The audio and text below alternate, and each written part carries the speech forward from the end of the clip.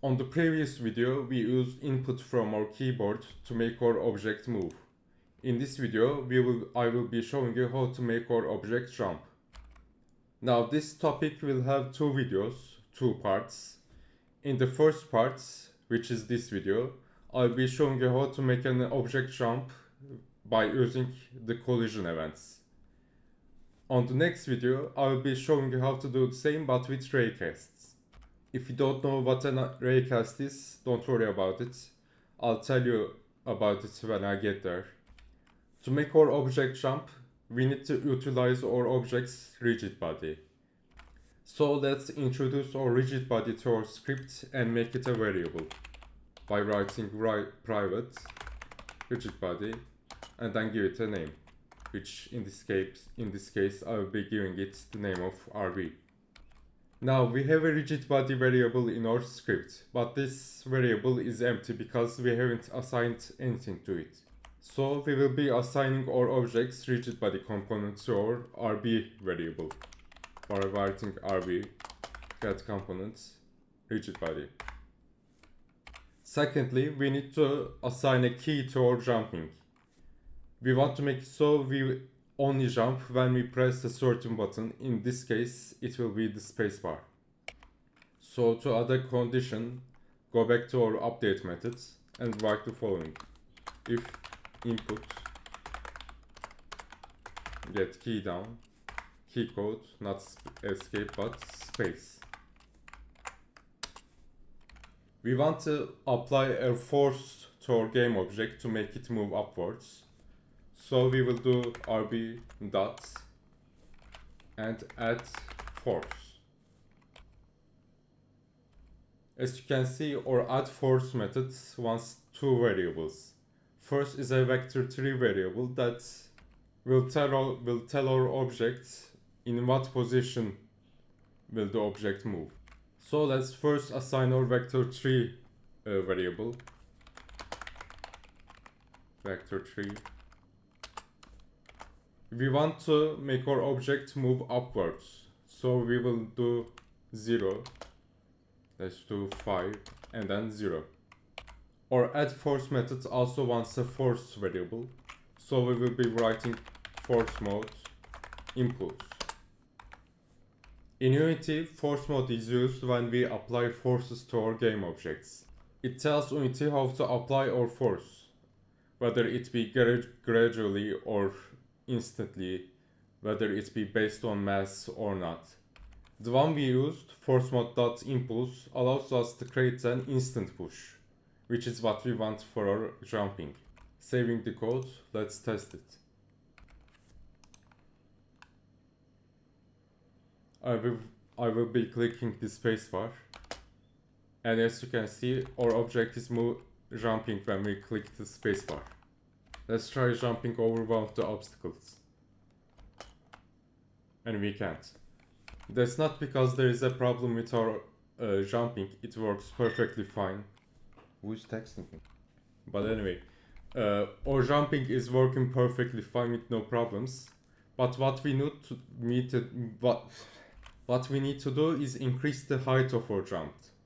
Because right now, our object isn't jumping as high as we want it to. So heading back to our code, all we need to do is increase the value of this y value. Let's do it, let's make it 8. Now let's try again. And there we go. It's working better now. Our object is able to comfortably jump over obstacles. But right now we have a problem. In our current scripts, we are able to jump infinite times. This is because there isn't a condition that are stopping us from spamming this spacebar. So right now, to resolve this issue, we need to add a condition that makes it so we can only jump when we are on the ground and not in midair. The first thing we want to do is create a bool variable. A variable that helps us check if our object is able to move. So let's do that right now. Private bool and then call it canPlayerJump. We want to make it so our canPlayerJump variable is true when our object is on the ground. But on the other hand, we need to make it so our canPlayerJump variable is false when our object is midair. Going back to our onCollisionEnter method, we will be writing the following condition. If collision GameObject name equals to obstacle, and then canPlayerJump should be true. On the other hand, we want to make it so when we jump, our canPlayerJump variable should return false because we are in midair. Finally, changing our condition here, we need to make it so we can only jump when canPlayerJump variable is true.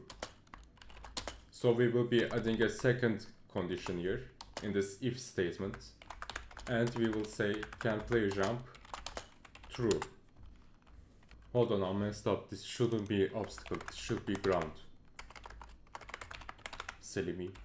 Saving our script, let's test if we can spam or spacebar again.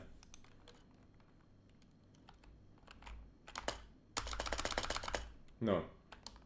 When we are on the ground, we can only jump once until we are on the ground again. You can see me spamming my spacebar, but it isn't working. But right now we have a little problem. Our script works fine, but we can only jump when we are in collision with a game object with the name ground.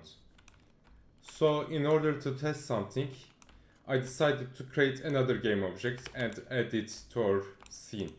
There it is. Here's the thing. This object's name is ground. It is our ground object. But this object's name is simply cube. So I want to test if we can jump off this cube object.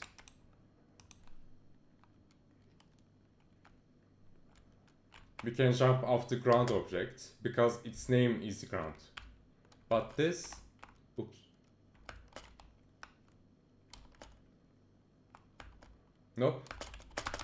I'm spamming spacebar, but we are not jumping off the cube object. In Unity, every game object can be given a tag. These tags allows us to differentiate our objects, and tagging our objects is very useful in bigger projects. Back to our script. We want to make it so our condition doesn't work with the game object's name, but with its tag. So getting the name out of there, we'll replace it by tag. Next, going back to our editor, we'll create a new tag named ground. Let's click add tag. Click this plus here, and then ground. Now we have a new ground tag, and we'll need to assign this tag to our two objects right here, two ground objects. So let's start with our ground object, clicking it, and in this inspector window, let's go to the tag, and then assign our ground tag to it. We'll do the same with our cube object. Now let's try again. We can jump off this object, but what about this one? And we can jump off it too.